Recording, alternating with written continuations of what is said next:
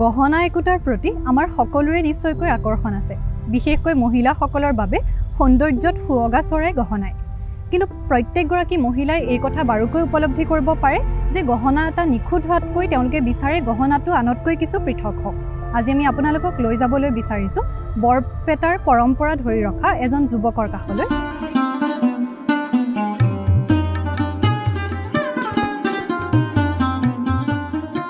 গহনা শিল্পক নতুন ৰূপ দি দৃষ্টি আকৰ্ষণৰ চেষ্টা।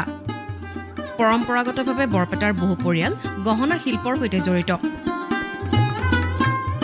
গুৰুচৰিত পুথিত উল্লেখ থকা হৰিদাস বনিয়া আতৈ মহাপুৰুষ শ্ৰীমন্ত শংকৰদেৱৰ লগত বৰপেটালৈ অহাৰ পাছত তেওঁ চিনপৰা ভিটিথান সত্ৰৰ উত্তৰ দিশে গহনাশাল স্থাপন কৰি গহনা প্ৰস্তুত কৰিছিল। তেতিয়াৰে পৰা আজিও বৰপেটাত সম্পূৰ্ণ ঘৰুৱা পদ্ধতিৰে গহনা উদ্যোগটো চলি আছে। এই ঘোঁৰামৰা হাতীৰে বাসিন্দা অলকেশ দাসেও নিজৰ উদ্ভাৱনী চিন্তাৰে উদ্যোগটোক আকৰ্ষণীয় ৰূপ দিয়াৰ হকেও আত্মনিয়োগ কৰি আহিছে।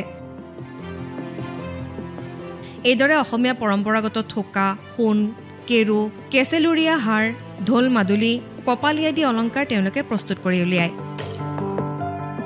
অলংকাৰৰ উপৰি অলকেশ দাসে ৰূপেৰে শ্ৰীমন্ত শংকৰদেৱৰ মূৰ্তি, গড়, ৰিক্সা আদিও সাজি উলিয়াইছে। যুৱ উদ্যোগীগৰাকীয়ে অসম চৰকাৰৰ উদ্যোগ বিভাগৰ সহযোগত ভাৰতৰ বিভিন্ন ৰাজ্যৰ লগতে নেপালতো প্ৰদৰ্শনীত অংশগ্ৰহণ কৰাৰ সুযোগ লাভ কৰিছে। বৰপেটাৰ গহনা শিল্পৰ কামখিনি আমাৰ নিজস্ব এটা পৰিচয় আছে। এই কামখিনি অন্য জেগাত কৰিব নোৱাৰে।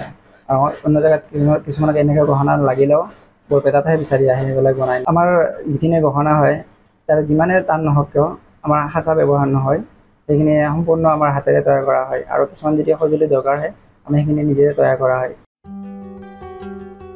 বিগত 2017ত তেওঁ ককাকৰ নামেৰে পিতৃয়ে স্থাপন কৰা ৰমেশ জুৱেলাৰী নামৰ প্ৰতিষ্ঠানখনৰ দায়িত্ব লৈ বৰপেটাৰ সম্পূৰ্ণ ঘৰুৱা উদ্যোগটোৰ প্ৰসাৰ আৰু প্ৰচাৰৰ হকে কাম কৰি আহিছে।